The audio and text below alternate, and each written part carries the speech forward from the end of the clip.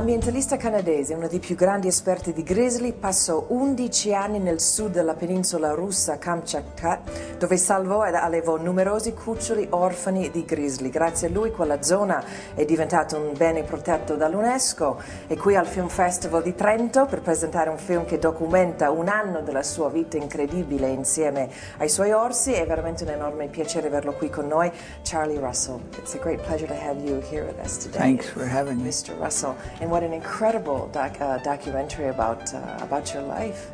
Compliments for your work. Thank you. Now, I believe you took the place of a mother for those cubs. Just how you describe yourself, their surrogate mother. Where and how did you learn to be a bear mother? Well, I went to Kamchatka not to do that.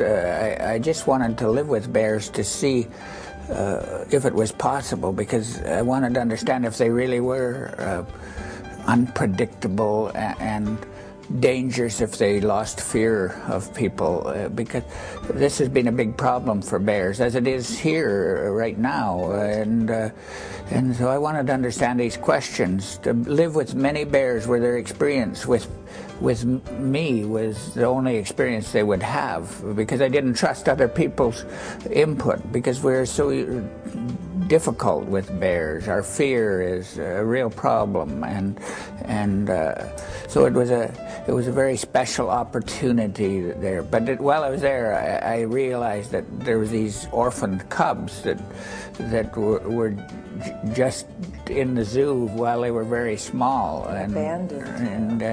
And I started rescuing these cubs.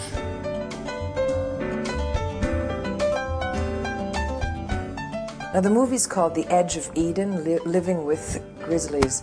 Have you discovered what that edge is? I mean, how far can the man-bear friendship or relationship go? Yeah, I experimented with the edge, but I realized that if I ever got hurt or killed, it would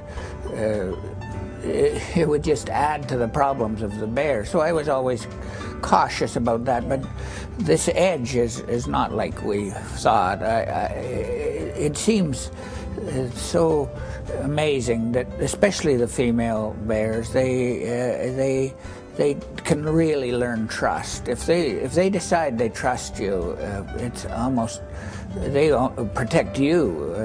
You can't hardly do anything that upsets them. That motherly instinct comes out, of course, in the females. How did you deal with the sorrow of having to part with them? I found that heartbreaking. Yeah, well, I wanted them to be independent, and so I helped them when they were young and vulnerable. But as soon as they needed their independence, I couldn't look after them for very long. Yeah. And so, yeah, it was heart-rending, all right, to say goodbye to them, but very necessary. They weren't my pets. They were my project to teach to be independent, and they learned very quickly, or they knew it really. Yeah. But that didn't stop them from being very affectionate too. But that varied. Certain bears were standoffish, and other bears in various ways wanted contact, very close contact. It's like people, they have their own personality. Yeah. Each bear, yeah. It was amazing to see that difference.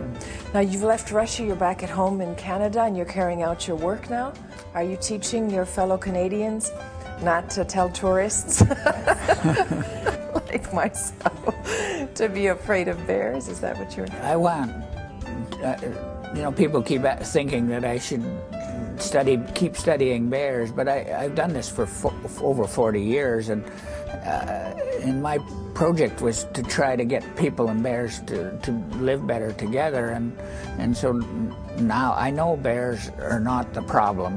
We are the problem, and I'm looking at whether we are sophisticated enough to do our part in this equation, and so yeah. So I'm working with people now, and it's not quite as much fun as being in the wilderness, but there are great rewards for it too. So, yeah. Well, thank you very much, Charlie Russ. It was great to meet you, and good luck, and compliments again for the movie and for everything you've done with bears. I'm going to go back to Canada and make amends. Yeah, good idea. Thank you. Thank you.